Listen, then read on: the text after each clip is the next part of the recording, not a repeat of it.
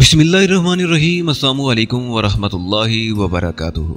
Nadreen मोहतरम, आप देख रहे हैं आज तक न्यूज़ और मैं हूँ समी। इससे पहले आप इस कहानी की 172 एक साथ सुन चुके हैं और अब 173 किस मुलाहिजा फरमाएं। इस मसले को टालते रहना बहरहाल मेरी जिम्मेदारी थी। दूसरे रोज मैंने फिर अपने मिशन का आगाज कर दिया। मेरी तमाम तर तवज्जो ओली बावड़ के मकान पर मरकूज थी।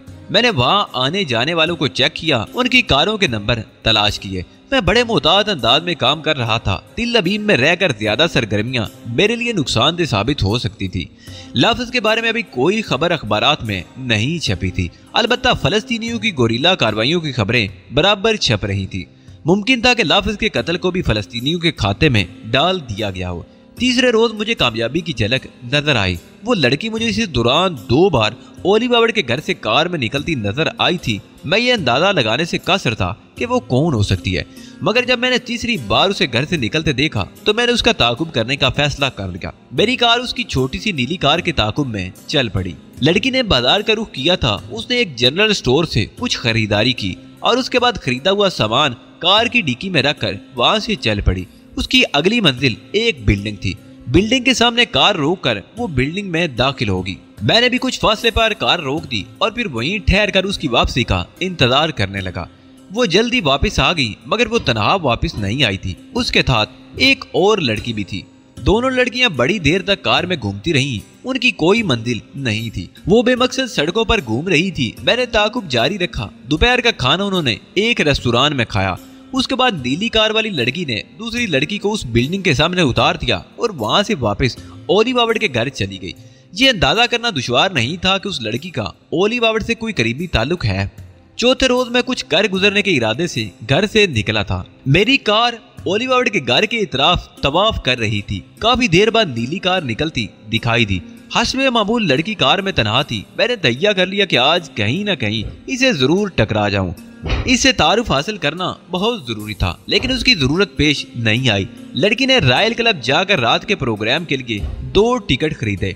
टिकट लेकर जैसे ही वो पलटी, मैं विंडो पर पहुंच गया। सीरियल का अगला टिकट मैंने खरीद लिया था। उसके बाद मैंने उसका पीछा नहीं किया। अब उसकी जरूरत भी नहीं रही थी। उसकी बजाय मैंने रॉयल क्लब की तफरियात के बारे में मालूमात हासिल करने को तरजीह दी। सैटरडे नाइट होने की वजह से इस रात वहाँ रक्स और सुरूर के खुसूसी प्रोग्राम तरतीब दिए गए थे, इसलिए वो रॉयल क्लब आना चाहती थी। मगर उसने 2 टिकट खरीदे। उस शाम रॉयल क्लब जाने के लिए मैंने खासा एहतमाम किया था। बेहतरीन लिबास पहना था। तैयार होने के बाद मैंने आईने के सामने खड़े होकर निगाहों से अपना जायजा लिया। मुझे यकीन था कि किसी भी लड़की की निगाह मुझ पर रुके बगैर नहीं गुजर सकेगी। रॉयल क्लब के बाहर बड़ी तादाद में गाड़ियां पार्क देखकर मैं वहां गया। वहां बहुत रश था। नीली कार वहां मौजूद थी। डाइनिंग हॉल दाखिल होकर मैंने इधर उधर निगाह दौड़ाई। नीली कार वाली लड़की अपनी दोस्त के साथ एक मेज पर मौजूद थी। मैंने उनकी नजदीकी एक मेज संभाल ली। बगैर दोनों हंसमुख मालूम हो रही थी। प्रोग्राम का वक्त हुआ तो हम डांसिंग फ्लोर पर पहुंच गए। मुझे दोनों के साथ ही बैठने का मौका मिला। मैंने नहायत शाइस्तगी का इजहार करते हुए पहले उन्हें बैठने की पेशकश की और वो मेरा शुक्रिया अदा करते हुए बैठ गई। उसकी निगाहें बार बार मेरी तरफ उठ रही थी। प्रोग्राम का आगाज हो चुका था। मुख्तलिफ रकासाएं अपने फन का मुजाहरा कर रही थी। फन के वो मुजाहरे मेरी नजर में बेहूदगी के शायकार थे। मैं खुद पर जबर करके बैठा रहा। खुदा खुदा करके प्रोग्राम का इख्तिताम हुआ और ऑर्केस्ट्रा ने रक्स के लिए मौसीकी नशर करना शुरू कर दी। बहुत से जोड़े रक्स करने के लिए उठे थे। मैंने मुहज्जब अंदाज में लड़की से रक्स की दरख्वास्त की, जो उसने बिला झिझक मंजूर कर ली और हम चूबी फर्श पर पहुंचकर इलकोरे लेने लगे। उसके साथ रक्स करते हुए मुझे एहसास हो रहा था कि वो बेहद पुरकशिश है, बल्कि रक्स भी बहुत उम्दा करती है। मैं भी तमाम महारत का मुजाहरा कर रहा था। नामुमकिन था कि वो मुझसे मुतासिर ना होती। आप रक्स बहुत अच्छा करते हैं मिस्टर। मेरा नाम डेनिस है। मैं लकी हूँ, लकी हावर्ड। मेरे जिस्म में सिनसनी दौड़ गई। उसकी उम्र के पेश नजर ये बात यकीनी थी कि वो ओली बावड़ की बेटी होगी। अब बहुत पुरकशिश है खातून। मैंने उसके कान में सरगोशी की। मैंने अपनी जिंदगी में इतनी पुरकशिश लड़की नहीं देखी। शायद मेरी खुशबख्ती मुझे रॉयल क्लब खींच लाई। ओह नहीं, ऐसा भी क्या। आप यकीन करें मिस हावर्ड, मैं आपसे बेहद मुतासर हुआ हूँ। प्लीज मिस्टर डेनिस, आप भी तो किसी से कम नहीं। वो मेरे कानों में गुनगुनाई। ये तो आपका हुस्न नजर है मिस हावर्ड, वरना मैं क्या, मेरी बसात क्या। वो हंस पड़ी। आपकी गुफ्तगू भी आप ही की तरह खूबसूरत है और मुझ में इतनी जुर्रत नहीं कि आपकी किसी बात की तरदीद कर सकूं। मैंने उसे खुद से मजीद करीब करते हुए कहा और उसने अपना सर मेरे शाने पर रख दिया। मेरी शख्सियत के सहर और गुफ्तगू के जाल ने उसे मिनटों में तस्कीर कर लिया था। रक्स का पहला राउंड खत्म हुआ तो हम हाथों में हाथ डाले अपनी मेज पर वापस आ बैठे। लकी की दोस्त हमें बड़े गौर से देख रही थी और उसके होंठों पर बड़ी मैनीखेज मुस्कुराहट फैली हुई थी। ये जोइन है, मेरी बहुत अच्छी दोस्त, और जोइन ये मिस्टर डेनिस है, लकी ने मेरा तारुफ कराते हुए कहा। जोइन ने मुझसे हाथ मिलाया और मुस्कुराने लगी। आप बड़े खुशकिस्मत है मिस्टर डेनिस। मैं समझा नहीं कि आपका इशारा किस खुशकिस्मत की तरफ है, मैंने उससे कहा, हालांकि मैं इसका मतलब खूब समझ रहा था। लकी आसानी से किसी पर मेहरबान नहीं होती, जोइन ने शरारत भरे अंदाज में कहा। ओह तो ये बात है, मैंने क्या लगाया, आप पूछ लीजिए, ये बात तो मैं पहले ही इनसे कह चुका हूँ। रक्स का दूसरा राउंड शुरू हुआ तो लकी ने खुद मुझसे रक्स करने की फरमाइश की। दूसरे राउंड के दौरान मैंने मजीद पेशरफ्त की। तुम मुझे बहुत याद आया करोगी, मैंने उससे कहा। तो तुम ऐसे कह रहे हो जैसे दोबारा हमारी मुलाकात ही नहीं होगी। जरूरी तो नहीं ऐसा हुसैन इत्तफाक दोबारा भी हो, मैंने ठंडी सांस लेकर कहा। इत्तफाकात की क्या जरूरत है, उसने सर उठाकर मेरी आंखों में देखा। हम मिलते रहा करेंगे, मगर कैसे, मैंने मायूसी से कहा। मुझे तुम्हारा पता तक तो मालूम नहीं, पता मैं तुम्हें बताऊंगी। कल शाम तुम मेरे घर आना। घर? मैं इकला कर बोला। क्यों, क्या हुआ? उसने मुझे गौर से देखते हुए पूछा। वहां तुम्हारे डैडी होंगे, मैंने खौफजदा होने की अदाकारी की। वो आजकल बाहर गए हुए हैं, लेकिन अगर वो होते भी तो क्या फर्क पड़ जाता। पता नहीं क्यों मुझे डर लग रहा है कि वो बड़े खौफनाक आदमी होंगे। अरे नहीं, वो तो बड़े खुश इखलाक हैं। अगर वो यहाँ होते तो तुमसे मिलकर बहुत खुश होते। तुम कहती हो तो मान लेता हूँ, मैंने यूं कहा जैसे बादल ने ख्वास्ता उसकी बात मानी हो। पता नहीं तुम कैसे आदमी हो, वो झिंझला कर बोली। तो तुम समझ रही हो, मैंने बेबसी का इजहार करते हुए कहा। तुम्हारे डैडी के बारे में सोचता हूँ तो पता नहीं क्यों दिल बैठने लगता है। तुम बड़े दिकियानुसी आदमी मालूम होते हो, उसने बुरा सा मुंह बनाया। समझने की कोशिश करो डियर, मुमकिन है तुम्हारे डैडी बहुत अच्छे आदमी हो, मगर मेरे डैडी बहुत खौफनाक आदमी है। जब भी कभी किसी के डैडी के बारे में सोचता हूँ तो मुझे अपने डैडी याद आ जाते हैं। अच्छा, लकी ने मुतैराना अंदाज में कहा। हाँ, मैं बर्राई हुई आवाज में बोला। वो बहुत सख्त गिर है, गुस्सा आ जाए तो मेरी पिटाई तक कर बैठते हैं। तुम्हारी पिटाई? उसने मुझे बेयकीनी से सर से पांव तक देखा। क्या उम्र होगी भला उनकी? उम्र से क्या होता है, मेरा लहजा तल्ख हो गया। वो पेशावर बॉक्सर रह चुके हैं, लेकिन मेरे डैडी कभी बॉक्सर नहीं रहे, लकी ने बेसाख्ता कहा। वो तो किसी सरकारी ओहदे पर फायज हैं। अपनी सरकारी मसरूफियात के बायस वो अक्सर मुल्क से बाहर रहते हैं। काश वो इस वक्त मुल्क से बाहर ना होते तो मैं तुम्हें उनसे मिलवाती। मुझे यकीन है उनसे मिलकर तुम्हारा सारा खौफ दूर हो जाता। तुमने तो मेरे दिल में आतिशे शौक भड़का दी। अब मेरा जी चाह रहा है कि इतने नफीस आदमी से जल्द अज जल्द मुलाकात कर लूं। तो कल शाम हमारे घर आ रहे हो? उसने इश्तियाक भरे लहजे में पूछा। ना आने का तो सवाल ही पैदा नहीं होता, मैंने बेपनाह खुशी जाहिर करते हुए कहा। लकी की आंखें चमकने लगी। वो समझ रही थी कि मैं उससे मुलाकात के तसव्वुर से खुश हुआ हूँ, लेकिन उसे क्या मालूम था कि उसकी नादानी से मुझे सबसे बड़े दुश्मन के खिलाफ काम करने का इतना सुनहरी मौका मिल रहा है। दूसरे राउंड के इख्तिताम पर हम अपनी बैजों की तरफ पलट आए। जो इन बड़े मूड में थी, उसने लकी से छेड़छाड़ शुरू कर दी। लकी बड़ी बेबाकी से उसे जवाबात दे रही थी। फिर रक्स का तीसरा राउंड शुरू हुआ तो किसी शख्स ने जोइन से रक्स की दरख्वास्त की, जो उसने कबूल कर ली। हम रक्स नहीं करेंगे? लकी ने मायूसाना अंदाज में मुझसे पूछा। जरूर करते, मगर मैं कुछ थकन महसूस कर रहा हूँ, लेकिन अगर तुम कहो तो। ओह नहीं, अगर तुम थकन महसूस कर रहे हो तो रहने दो। मैंने सुकून की सांस ली। जोइन रक्स कर रही थी और मैं इस तन्हाई से फायदा उठाकर लकी से मजीद मालूमात हासिल कर लेना चाहता था। तुम घर में तन्हाई रहती हो क्या? मैंने बराह रास्त सवाल किया। नहीं तो मम्मी भी रहती हैं, मगर वो बेचारी फालिज की मरीज हैं, ज्यादातर व्हील चेयर पर ही रहती हैं। ओह, बहुत अफसोस हुआ, मैंने अफसुर्दगी से कहा, मगर दिल ही दिल में खुश हुआ था। इसके अलावा चंद मुलाजमीन और हैं, और बस। भाई भी तो होंगे? 3 भाई हैं, उसने बताया। 2 फ्रांस में सरकारी ओहदों पर हैं और तीसरा भाई निकल हावर्ड बरतानवी इंटेलिजेंस का एक अहम ओहदेदार है। मेरी खुशी 2 चांद होगी, इसका मतलब था कि मेरी राह में कोई रुकावट नहीं होगी, लेकिन ये खुशी का इजहार करने का मौका नहीं था। तब तो तुम बहुत बोर होती होगी, मैंने लकी से पूछा। हाँ, अब तक तो होती हूँ। क्या मतलब? अब तुमसे जो मुलाकात हो गई है, अब तुम आ जाया करोगे तो बोरियत कहाँ से होगी? कैसे आ जाया करूंगा? तुमने अभी तक अपना पता भी नहीं बताया। ओह माफ करना, वो खिसियाने अंदाज में हंसी और फिर उसने फौरन ही मुझे अपना पता लिखकर दे दिया। मैंने बड़े गौर से उसका पता देखा, यूं जैसे उसे ज़हन नशीन कर लेना चाहता हूँ। फिर मैंने बड़ी एहतियात से वो कागज तय करके जेब में रख लिया। उसके बाद मैं ज्यादा देर वहां नहीं रुका। लकी ने चलते चलते अगले रोज घर आने की याद दहानी कराई थी। अगले रोज ठीक 5 बजे शाम मेरी कार ओली बाबड़ के घर में दाखिल हो रही थी। मुझे इस बात पर सख्त हैरत थी कि ओली बाबड़ जैसे शख्स की रिहायशगाह की हिफाजत का कोई बंदोबस्त नहीं किया था। हालांकि ये अशद जरूरी था। शायद उसकी वजह इसराइली हुक्काम की हद से बड़ी हुई खुशफहमी रही। मुमकिन है उसकी दानिश में तिल अबीब में कोई बैरूनी आदमी दाखिल हो ही नहीं सकता था। इस बात का भी इम्कान था कि इसराइली हुक्काम की निगाह में ओली बाबड़ की इतनी अहमियत ही ना हो कि इसकी रिहायशगाह पर हिफाजती इंतजामात किए जाएं। बात कुछ भी रही हो, मुझे इसमें सर खपाने की जरूरत नहीं थी। मुझे तो अपना उल्लू सीधा करने से गैरत थी और वो हो रहा था। लकी खुद मेरा इस्तकबाल करने के लिए मौजूद थी। उसने वालियाना अंदाज में मुझे खुश आमदीद कहा। यकीन नहीं आता कि तुमने मुझे इतनी बड़ी इज्जत बख्शी है। ये अल्फाज तो मुझे कहने चाहिए थे डियर। मैंने अपने अल्फाज पर प्यार का सा समंदर समेटते हुए कहा। पता है रात बड़ी देर तक मुझे नींद नहीं आई। तुम्हारी बातें ज़हन में गूंज रही थी। आंखें बंद करती थी तो तुम्हारा सरापा निगाहों के सामने घूमने लगता था। मेरा अपना भी यही हाल था। कल रात से मेरे दिल में तुम्हारा ही कब्जा है। तुम झूठ बोल रहे हो, उसने बेयकीनी से कहा। मैं बिल्कुल सच कह रहा हूँ, यकीन करो। मुझे यकीन क्यों नहीं आता डेनिस, वो बेताबाना अंदाज में बोली। मुझे यकीन दिलाओ। मैं बुरी तरह गड़बड़ा गया। इस बेयकीनी का मेरे पास क्या इलाज था और भला मैं उसे कैसे यकीन दिला सकता था। लेकिन फिर मुझे बर वक्त सूझ गई। या इन मुलाजमीन के सामने मैंने शरारत भरे लहजे में जुमला अधूरा छोड़ दिया। मैं तुम्हें यकीन दिला दूं, लेकिन जरा गौर तो करो कि ये सब दिल में क्या सोचेंगे। मेरी बात समझकर वो बुरी तरह जीप गई। अच्छा अंदर तो आओ, क्या बाहर ही खड़े रहोगे। मैं उसके साथ ड्राइंग रूम में दाखिल हो गया। मिसेज हावर्ड ड्राइंग रूम में मौजूद थी। वो व्हील चेयर पर बैठी थी और मुझसे बड़ी शफकत से पेश आई। रात से अब तक लकी की जबान पर तुम्हारा ही नाम है, उन्होंने मुस्कुराते हुए कहा। कमाल है आंटी, मुझ में तो ऐसी कोई खास बात नहीं है कि कोई मुझसे इतना मुतासिर हो जाए। यकीनन है, उन्होंने जोर देकर कहा, वरना लकी आज तक किसी से मुतासिर नहीं हुई।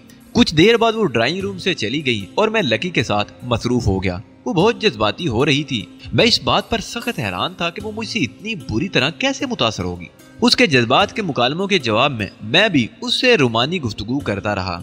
1-1.5 घंटे बाद मैंने वहां से रवानगी के कसद का इजहार किया तो वो नाराज हो गई। ये तो कोई बात नहीं हुई, अभी आए और अभी चल दिए। खाना तो खा के जाओ, बहुत देर हो जाएगी। मैं कुछ नहीं सुनना चाहती। तुम्हें खाना खाए बगैर नहीं जाने दूंगी। इस रात मैं कोई 10 बजे के करीब ओली बाबड़ के घर से निकला। लकी मुझे छोड़ने गेट तक आई थी। कल किस वक्त आओगे, उसने बड़ी बेताबी से पूछा। जिस वक्त भी तुम बुलाओगी, मैंने बेसाख्ता कहा। दिन में आ जाओ ना, वो ठिलकी। जी तो चाहता है सुबह ही से यहाँ के डेरा डाल दूं, तो फिर सुबह ही आ जाना, वो खुश होकर बोली। नाश्ता भी मेरे साथ ही करना। मैं उससे रुखसत होकर चला आया और अगले रोज सुबह ही उसके घर जा पहुंचा। मुलाजिम मुझे अपने साथ ऊपरी मंजिल की तरफ ले चला। ये तुम मुझे कहाँ लिए जा रहे हो, मैंने पूछा। बीबी साहबा ने कहा था कि जैसे ही आप आए आपको उनकी ख्वाबगाह में पहुंचा दिया जाए। मैं ऊँट सुकूड़ कर रह गया। मुलाजिम मुझे उसकी ख्वाबगाह के दरवाजे पर छोड़कर चला गया। मैंने ओले से दरवाजे पर दस्तक दी। कौन है, अंदर आ जाओ। अंदर से लकी की सुरीली आवाज उभरी। मैं दरवाजा खोलकर उस बिनते तनाज की ख्वाबगाह में दाखिल हो गया। वो बिस्तर पर दराज थी और शबे ख्वाबी के बारीक लिबादे में मलबूस थी। उसके जिस्म के क्यामत खेज नशेबो फराज ने मुझे बेसाख्ता निगाहें झुका लेने पर मजबूर कर दिया, लेकिन उस पर कोई असर नहीं हुआ था। उसके बरक्स वो एक अदा से मेरे डेनिस का नारा बुलंद करती हुई बिस्तर से लपक कर उठी और आकर मुझसे लिपट गई। उसने अपनी बाहें मेरे गले में हमायल कर दी थी। मैं बुरी तरह बुकला गया। असूलन मुझे पीछे हट जाना चाहिए था, मगर मेरे पैरों में मसलतों की जंजीरें पड़ी हुई थी। चांद मकासद के उसूल के पेश नजर मुझे जहर का ये तलक घूंट पीना ही था। उसकी निगाह में तो मैं एक यहूदी था और हर यहूदी के लिए ऐसे इखलाकी जराइम में गर्दन तक गर्क होना लाजमी होता है। चंद लम्हों बाद मैंने उसे खुद से अलहदा करने की कोशिश की तो वो मचल गई। वो किसी सूरत मुझसे अलहदा होने को तैयार नहीं थी। क्या नाश्ते में कुछ और नहीं मिलेगा, मैंने धीरे से कहा। मेरे अल्फाज उसे होश की दुनिया में वापस लाए। ओह माफ करना, मैं तो भूल ही गई। तुम बैठो, मैं बस अभी आई। मैं उसकी ख्वाबगाह में मौजूद कुर्सी पर बैठ गया। थोड़ी देर के बाद मुलाजिम नाश्ते की ट्राली लेकर अंदर आ गया। लड़की भी तैयार हो गई थी। तुम्हारी मम्मी नाश्ता नहीं करेगी क्या, मैंने पूछा। हमारे यहाँ सब नाश्ता अपने अपने कमरों में करते हैं। नाश्ते के बाद मैं फौरन ही उसे नीचे उतार लाया। वो तो ख्वाबगाह में ही रहने पर बस जिद थी, मगर मैं उसके साथ उसकी ख्वाबगाह में रुकने का खतरा मोल नहीं ले सकता था। वो बहुत मखदूश लड़की थी और मैं खुद को किसी बड़े इम्तिहान में नहीं डालना चाहता था। वो सारा दिन मैंने वहीं गुजारा। मिसेज हावर्ड भी बहुत खुश दिखाई दे रही थी। शाम को जब मैंने उन लोगों से इजाजत चाही तो पिछले रोज की तरह उन्होंने फिर खाने पर ही इसरार किया। थोड़ी सी रद्दोकद के बाद मैंने उनकी बात मान ली। मेरा मंसूबा बड़ी तेजी से तकमील की सिमत रवां दवां था। रात का खाना खत्म होते होते 9:30 बज गए। खाने के बाद लकी ने मुझसे कहा, कैरम की एक गेम के बारे में क्या ख्याल है? मुझे देर हो जाएगी। मैंने दिल ही दिल में खुश होते हुए मगर बदायर बुखला कर कहा, तुम कैसे आदमी हो? कैरम की एक गेम में देर ही कितनी लगेगी? वो इठला कर बोली, हाँ बेटे, एक गेम खेल लो ना, मिसेज हावर्ड ने कहा। मैंने चेहरे पर बेबसी के तासरात पैदा किए। आप कहती हैं तो खेल लेता हूँ, मैंने मुर्दा सी आवाज में कहा। कैरम बोर्ड कहाँ है? मेरे कमरे में, लकी खुश होकर बोली। अब मैं वाकई बुखला गया। उसे यहीं नीचे मंगवा लो, मैंने कहा। कमाल करते हो तुम भी, मिसेज हावर्ड बोली। एक गेम के लिए कैरम बोर्ड क्या नीचे आएगा? वहीं ऊपर जाकर खेल लो। मैं पूरी तरह हवास बाख्ता हो गया। सारा दिन मैं उसकी ख्वाबगाह से गुरेजा रहा और अब मैं इस तरह उसके शिकंजे में जकड़ गया था कि कोई राय फरार भी नहीं बची थी। आओ ना डेनिस, क्या सोच रहे हो? लकी ने मुझे बाजू से पकड़ते हुए कहा। मैंने लकी की बेतुकल्फी पर बुखलाकर मिसेज हावर्ड की तरफ देखा, मगर वो मुस्कुरा रही थी। दफतन मुझे खुद पर ही गुस्सा आ गया। मैं यहूदी कौम के मिजाज से वाकिफ होने के बावजूद इस कदर एहतियात बरत रहा था। हर कदम फूंक फूंक कर उठा रहा था। एक मैं ही क्या, पूरी दुनिया इस बात से अच्छी तरह वाकिफ है कि उनके यहाँ लड़की और लड़के के मेल जोल को बुरी निगाह से नहीं देखा जाता। मैं इस बात पर भी झिंझला गया था कि लकी लड़की होकर इस कदर बेबाकी का मुजाहरा कर रही थी और मैं मर्द होते हुए भी उससे यूं खौफजदा था जैसे लकी कोई मर्द और मैं कोई औरत है जिसे अपनी आबरू लूट जाने का खतरा दरपेश हो। चलो, मैंने भी लाकर खड़े होते हुए दबंग अंदाज में कहा और लकी खुशी से खिल उठी। ख्वाबगाह में पहुंचकर मेरी तोको के बरक्स लकी वाकई कैरम खेलने बैठ गई। उसका खेल बहुत खराब था और मैं हर कीमत पर उसे जिताना चाहता था। जिताने की वजह यह थी कि मैंने अचानक ही अपना प्रोग्राम तब्दील कर लिया था कि मेरी ख्वाहिश थी कि ज्यादा से ज्यादा वक्त गुजर जाए। हमारे दरमियान कैरम का गेम तकरीबन 2 घंटे जारी रहा। कैरम खत्म हुआ तो 12 बज चुके थे। ओहो, 12 बज गए, मैंने बुखलाने की अदाकारी करते हुए कहा। खेल के दौरान वक्त गुजरने का एहसास ही नहीं हुआ। अब मुझे फौरन घर रवाना हो जाना चाहिए। अब इतनी रात हो गई है, घर जाकर क्या करोगे? लकी बेबाकी से बोली। घर तो जाना ही पड़ेगा, इसके सिवा चारा भी क्या है, मैंने बेबसी से कहा। यहीं सो जाओ ना, वो एक तोबाए शिकन इंगड़ाई लेकर बोली। क्या कह रही हो? मैंने बुखला कर कहा। यहाँ मैं कहाँ सोऊंगा? इसी कमरे में, वो कातिल अंदाज में मुस्कुराई। और तुम? मारे बुखलाहट के मेरी आवाज मेरा साथ छोड़ गई। मैं जुमला भी मुकम्मल नहीं कर सका। मैं भी यहीं सोऊंगी, उसने मेरी आंखों में आंखें डाल कर कहा। मगर यहाँ तो एक ही बेड है, उससे क्या फर्क पड़ता है? वो एक अदाए बेनियाजी से बोली। मेरा दिल इतना भी छोटा नहीं है कि तुम्हारे लिए अपने बेड पर जरा सी गुंजाइश भी ना निकाल सकूं। और फिर चंद ही घंटों की तो बात है, तो तुम्हारी मम्मी क्या सोचेंगी? वो तो 10 बजे नींद की गोली लेकर सो चुकी होंगी। वो बड़े इत्मीनान से बोली। सुबह 8 बजे से कबल नहीं उठेंगी। अगर तुम अपना यहाँ रात भर का क्याम उनसे पोशीदा रखना चाहते हो तो सुबह सवेरे ही उठकर यहाँ से निकल जाना। उन्हें पता ही नहीं चलेगा कि तुम रात यहाँ रुके थे। और अगर मुझसे पूछेंगी तो उनसे कह दूंगी कि तुम यहाँ से रात ही में रुखसत हो गए थे। क्यों, ठीक है ना? उसने यूं मुझे देखा जैसे कह रही हो कि अब बचकर कहाँ जाओगे। मैंने थूक निकल कर अपना हल तर करने की कोशिश की। उसके तरकीब दिलाने का अंदाज बड़ा बेबस कर देने वाला था। मुझे खुद से खौफ आने लगा। खून मेरी कनपटियों पर ठोकरें मार रहा था। मुझे यूं महसूस हो रहा था जैसे मैं इसकी तरकीब से बचकर नहीं निकल सकूंगा। मेरे डैडी मेरे कुचूमर निकाल देंगे। मैंने गोया तिनके का सहारा लेने की कोशिश की। उसका मुंह बन गया। पता नहीं तुम कैसे मर्द हो, इस उम्र में बाप से इतना डरते हो। तुम ठीक कह रही हो, मैंने हथियार डालते हुए कहा। मुझे सुनहरी मौका कुदरत ने अता किया था और मैं इसे किसी कीमत पर भी गंवाना नहीं चाहता था। ये बात मेरे वहमो गुमा में भी नहीं थी कि वो मुझे यहाँ रखने के लिए इतनी बेताब हो रही होगी। जितनी अदाकारी मैं कर चुका था वो काफी थी। अगर मैं रुकने में मजीद तरद्दुद करता तो खदशा था कि कहीं वो तंग होकर मुझसे चले जाने के लिए ही ना कह दे और ये चीज मेरे मंसूबे के खिलाफ होती। मैं रुक तो जाऊं मगर एक उलझन दरपेश है। मैंने एक सांस लेकर कहा। अभी कोई उलझन बाकी है? वो एक तवील सांस लेकर बोली। जाने तुम आदमी हो या उलझनों का मुरक्कब, बताओ अब क्या है? मेरे पास शबे ख्वाबी का लिबास नहीं, मैंने कमजोर सी आवाज में कहा। वो खिलखिलाकर हंस पड़ी। ये भी कोई उलझन है? निकल हावर्ड का ख्वाबी का लिबास तुम्हारे लिए बिल्कुल ठीक है, अभी लेकर आई। वो दौड़ती हुई ख्वाबगाह से बाहर निकल गई। चंद मिनट बाद वो शबे ख्वाबी का एक लिबास हाथों में संभाले वापस आ गई। देख लो तुम्हारे नाप का है, उसने कहा। मैंने उसे लिबास ले लिया और बाथरूम की तरफ बढ़ते हुए बोला, मैं जल्दी से लिबास तब्दील कर लूं, बड़ी सख्त नींद आ रही है। क्या मुसीबत है? वो दांत पीस कर बुड़बुड़ाई। लिबास भी बाथरूम में तब्दील होगा? मुझसे कुछ कह रही हो? मैंने यूं पूछा जैसे मैंने उसकी बात सुनी ही नहीं। तुमसे नहीं कुछ कहा बाबा, उसने झिंझलाहट अमेज लहजे में कहा। बस तुम जल्दी से लिबास तब्दील कर आओ। मैं अपनी बेसाख्ता मुस्कुराहट का गला घूंटता हुआ बाथरूम में घुस गया। कपड़े तब्दील करने से कबल मैं दरवाजा लॉक करना नहीं भूला था। लकी हावर्ड जैसी लड़की से कुछ बईद ना था और मैं कोई खतरा मोल लेने के लिए तैयार नहीं था। मैंने कपड़े तब्दील करने में जानबूझकर देर लगाई। मेरे लिए ये तसव्वुरी लज्जत अमेज था कि मेरी वजह से एक यहूदी हसीना ज़हनी झंझलाहट का शिकार है। यहूदी लाबी के खिलाफ काम करना तो मेरी जिंदगी का अव्वलीन निस्बुल ऐन था और मैं किसी यहूदी को किसी भी महाज पर तकलीफ पहुंचाकर अजीब किस्म की लज्जत महसूस करता था। मुझे हर यहूदी से नफरत थी, शदीद नफरत। कपड़े तब्दील करके मैं बाथरूम से बाहर निकला तो कमरे का मंजर मेरे होश उड़ा देने के लिए काफी था। कुछ देर कबल लकी के जिस्म पर जो लिबास था वो अब कमरे के फर्श पर बिछे हुए कालीन पर एक जानब बेतरतीबी से पड़ा हुआ था और वो खुद शबे ख्वाबी के उसी हुसीन लिबास में मलबूस थी जिसमें मैंने उसे पहले सुबह को देखा था। वो लिबास उसके क़यामत खेज जिस्मानी नशीबो फराज को उभार रहा था। देखते ही देखते वो दीवाना वार मेरी तरफ लपकी और मुझसे लिपट कर बड़ी मोहब्बत से बोली, इतनी देर लगा दी जाने मन, क्या तुम्हें मेरी बेताबियों का अंदाजा नहीं है? मैं गुमसुम खड़ा था। उसके सरापा से उठने वाली मसूर कुन महक मुझे बेदम किए दे रही थी। खुद को काबू में रखना मुझे 2 बार मालूम होने लगा था। मेरे हाथ उसे गिरफ्त में लेने के लिए हरकत में आए। करीब था कि मैं जज्बात की इस खौफनाक रेले में बह निकलता कि अचानक जहन में तहजीब का ख्याल आया और मुझे वो होश में ले आया। अगर मैं जज्बात के रेले में बेकाबू हो जाता तो ये एक यहूदी लड़के की फतह होती जो मुझे किसी कीमत पर भी मंजूर नहीं थी।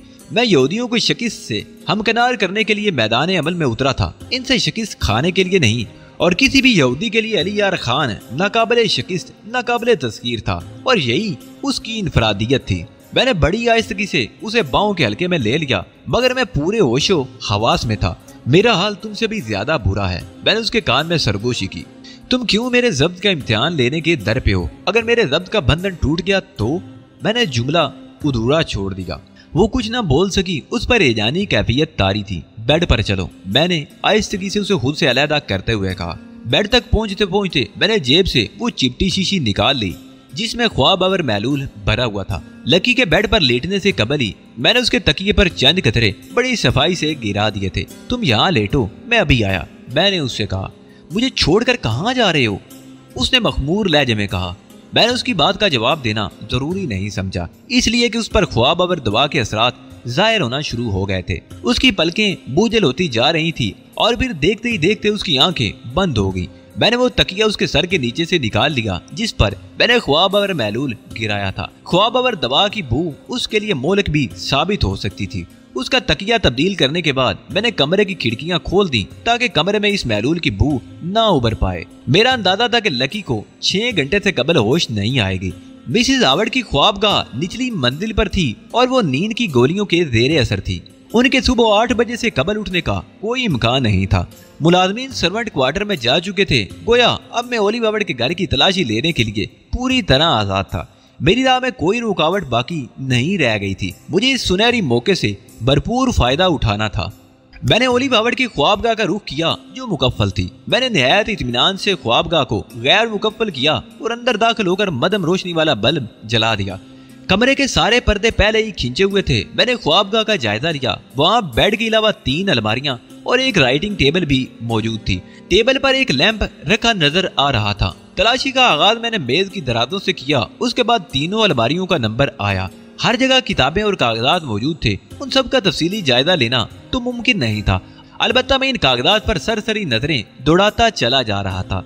ओलिव हावर्ड जैसे जीरे के एजेंट से ये तवक्को रखना अबस था कि उसने इस गैर महफूज मकान में किसी किस्म के कारामद कागजात रखे हों। ताम तलाशी लेना तो फिर भी जरूरी था। इस तलाशी के दौरान 4 घंटे गुजर गए मगर मुझे कामयाबी नहीं हुई। ख्वाबगाह से मेरे काम का एक भी कागज बरामद नहीं हो सका था।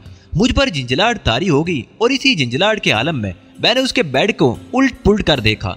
ये झंझलाहट मेरे लिए कामयाबी की नवीद लेकर आई। बेड के गद्दे के नीचे बेड के सराने मुझे एक पोशीदा दराज नजर आ गई। मैंने लरजते हाथों से दराज खोल डाली। इस पोशीदा दराज से बरामद होने वाली शय लाजमन इंतहाई अहमियत की हामिल साबित होगी, वरना इसे इतनी एहतियात से न रखा जाता। और दराज में से वाकई बेहद अहम चीज बरामद हुई। वो ओली बाबड़ की डायरी थी जिसमें उसने अपनी यादाश्तें तहरीर कर रखी थी। सारी यादाश्तें इशाराती जबान में लिखी गई थी और उनसे उसकी शख्सियत और कारकर्दगी पर रोशनी नहीं पड़ती थी। मैं बड़े नमाक से डायरी की वर्क गर्दानी करता रहा, यहाँ तक कि मैं डायरी के आखिरी सफ़े तक पहुँच गया। उस सफ़े पर मुझे गोटेल में पेश आने वाले हादसे की बाद की तारीख दर्ज थी। ओली बाबड़ ने इशाराती जबान में लिखा था कि एक ऐसी हस्ती दुनिया से रुखसत होगी जिससे उसे इश्क था और जिस हस्ती ने उसे नाकाबिले तलाफी नुकसानात पहुंचाए थे। मैं ये सफ़ा पढ़कर बहुत महफूज हुआ, लेकिन ये हकीकत थी कि उसने कई मौके पर मुझे जिंदा छोड़ दिया था जब वो आसानी से मुझे मार सकता था। लेकिन आखिरकार उसके असाब जवाब दे गए थे और उसने मुझे हलाक करने की कोशिश की थी। ये अलग बात है कि उसे अपनी इस कोशिश में नाकामी का मुंह देखना पड़ा था। इस सफ़े पर आगे चलकर उसने लिखा था, क्या वो काम तो करेगा मगर अब उसकी राह में शदीद दुश्वारियां खड़ी करने वाला कोई नहीं होगा। इस यादाश्त का आखिरी जुमला ये था, अब ये देखना था कि मुझे शी गोराए केस में किस हद तक और कितनी जल्दी कामयाबी नसीब होती है। शी गोराए केस, मैंने दिल में सोचा ये भी एक अफ्रीकी इलाका था और वहाँ पर कायम हुकूमत अमरीकी हुकूमत के जेर असर थी। 5 घंटे की असाब शिकन जिद्दोजहद के बाद मुझे काम की सिर्फ एक बात मालूम हो सकी और वो कारामद बात ये थी कि ओली बाबड़ इन दिनों मिशी गुराए में मसरूफ कार था। मैंने डायरी वापस रखी और उसके बाद ख्वाबगाह की हर चीज को पुरानी तरतीब के मुताबिक सेट करके बाहर निकल आया। मैं ये सोच रहा था कि अब मुझे तहजीब मालिक एक्स की तलाश में ओली बाबड़ के ताकुब में शी गुराए जाना होगा, लेकिन उसके साथ ही मेरे जहन में ये तजस्सुस भी इंगड़ाइयां लेकर बेदार होने लगा था कि आखिर ओली बाबड़ शी गुराए में क्या कर रहा है। तिल लबीब में रहकर मैं उसके बारे में मालूमात भी हासिल नहीं कर सकता था और मुझे इस हकीकत का न सिर्फ बखूबी अंदाजा था बल्कि मैंने अपना आइंदा का लाए अमल भी तरतीब देना शुरू कर दिया था। लकी की ख्वाबगाह में दाखिल हुआ तो सुबह के 5:45 बज रहे थे। लकी बेखबर सो रही थी। मैंने कमरे की खिड़कियां बंद की और फिर कपड़े तब्दील करने के बाद लकी को झिंझोड़ कर उठाने की कोशिश की। हूँ क्या बात है, वो ख्वाबीदा अंदाज में बुड़बुड़ाई। मैं जा रहा हूँ, सुबह हो गई। वो अचानक हड़बड़ा कर उठ बैठी। पहले तो वो चुंदियाई हुई आंखों से मुझे देखती रही जैसे मुझे पहचानने की कोशिश कर रही हो। शायद ख्वाब और महलूल का असर उसके सिस्टम पर अभी तक मौजूद था। मुझे पहचानने में उसे दुश्वारी हो रही थी। उसके चेहरे पर उलझन थी। फिर शायद उसे पिछली रात के वाकयात याद आ गए। हाँ ठीक है, तुम जाओ, उसने बमुश्किल कहा और दोबारा लेटकर सो गई। मैं नीचे उतर आया। मुलाजमीन जाग गए थे। उन्होंने मुझे देखकर हैरत का इजहार नहीं किया। उन्हें मेरी कार ही देखकर अंदाजा हो गया होगा कि मैं यहीं मौजूद हूँ। मुलाजमीन ने मेरे लिए गेट खोला और मैं कार में ओली बाबड़ के घर से निकल आया। सुबह के वक्त तिल लबीब की सड़कों पर इक्का दुक्का गाड़ियां दिखाई दे रही थी। मैं जल्दी घर पहुंच गया। फ्लैट का दरवाजा डैनस की छोटी बहन बैकन ने खोला था। नैनस और हैली अभी तक सो रही थी। रात भर कहाँ रहे भैया, उसने अफसुर्दगी से पूछा। मैंने गौर से उसे देखा। वो मुरझाई हुई नजर आ रही थी। मुझे उस पर बड़ा तरस आया। वो घरेलू किस्म की लड़की थी और अपने भाई की तरफ से कुछ ज्यादा ही फिक्रमंद थी। इसके अलावा आजकल हैली भी घर से नहीं निकल रही थी, लेकिन वो भी बैकन के ही कान खाती रहती होगी। एक काम से रुकना पड़ गया था। मैंने कहा, लेकिन तुम इतनी परेशान क्यों हो? मैं तनहा तो परेशान नहीं हूँ भैया, हम सभी परेशान हैं। इससे पहले तो कभी आपने ऐसा नहीं किया था कि आप रात भर ही घर से गायब रहे हों। हालात के साथ साथ आदमी में बाज़ तब्दीलियां भी पैदा हो जाती हैं। आप ठीक कह रहे हैं भैया, उसने बर्राई हुई आवाज में कहा, लेकिन इन हालात की जिम्मेदार मैं हूँ। हैली के बारे में मैंने ही आपको इतला दी थी। तुम निरी अहमक हो, मैंने बुरा सा मुंह बनाकर बोला। मैं एक अहम काम के सिलसिले में तिल लबीब आया था और कंपनी के उस काम के सिलसिले में मुझे बाहर रुकना पड़ गया। अब बस वो काम खत्म होने ही वाला है और शायद चंद रोज के अंदर अंदर मैं वापस चला जाऊं। अगर ऐसी कोई बात थी तो आप फोन करके इतला तो दे सकते थे कि आप रात में नहीं आएंगे। ये तो तुम ठीक ही कह रही हो, वाकई मुझसे गलती हुई है। काम में उलझने के बाद ख्याल ही नहीं रहा, आइंदा ख्याल रखूंगा। वो खिलखिलाकर हंस पड़ी। चलिए मैं आपके लिए नाश्ता तैयार कर दूं। उसने कहा, नहीं भाई, अभी तो मैं सोऊंगा, उठने के बाद ही नाश्ता खाना होगा। मैंने कहा और अपने कमरे में जाकर सोफे पर दराज हो गया। मुझे फौरन ही नींद आ गई थी और उसके बाद हेली के जगाने पर ही मैं उठा था। मैंने घड़ी देखी, दिन का 1 बज रहा था। खाना नहीं खाओगे डेनिस? हेली ने बड़ी मीठी आवाज में कहा। मैं उसकी ढिठाई का मोतरफ हो गया। वो अब भी मुझे बार बार कराने से बाज नहीं आ रही थी कि वो सिर्फ मुझसे मोहब्बत करती है। तुम चलो, मैं आ रहा हूँ, मैंने उससे कहा। दोपहर के खाने पर डेनिस मौजूद नहीं थी, वो ऑफिस गई हुई थी। खाने के बाद तनाई मैसर आते ही हील ने मुझसे मेरी मसरूफियात के बारे में पूछा। फिक्र ना करो हेली, मैंने मुस्कुरा कर कहा। वैसे भी तिल अबीब में मैं ज्यादा अरसा तो नहीं रहता हूँ, लेकिन इस बार महज तुम्हारी खातिर मैं जल्द अज जल्द वापस चला जाऊंगा। मुझे एहसास है कि महज मेरी वजह से तुम्हारी मसरूफियात में खलल पड़ रहा है। मैं बहुत परेशान हूँ डेनिस, वो रुआंसी होकर बोली। मेरी तरफ से तुम्हारे ख्यालात इतने खराब हो गए हैं कि अब मैं कुछ भी कर लूं तुम्हारा ध्यान मेरी तरफ से साफ नहीं हो सकता। ये हकीकत है हेली, तुमने इसकी गुंजाइश भी तो नहीं छोड़ी। मैंने उसे जवाब दिया, ये नौबत आ ही गई है तो तुम मुझे छोड़ क्यों नहीं देते? मैं तुमसे पहले ही कह चुका हूँ कि अभी मुझे थोड़ा सा वक्त दरकार है। मैंने खुश्क लहजे में कहकर गुफ्तगू खत्म कर दी। उस रोज शाम को मैंने फोन करके लकी को मुलाकात के लिए रेस्टोरेंट में बुलाया। उसके घर जाने से मुझे खौफ आने लगा था। तुम सुबह ही सुबह कहाँ फरार हो गए थे? लकी ने आते ही मुझ पर बरस कर कहा। कम अज कम मेरे उठने का ही तो इंतजार कर लिया होता। अरे तुम क्यों मुझे मरवाने के दर पे हो रही हो?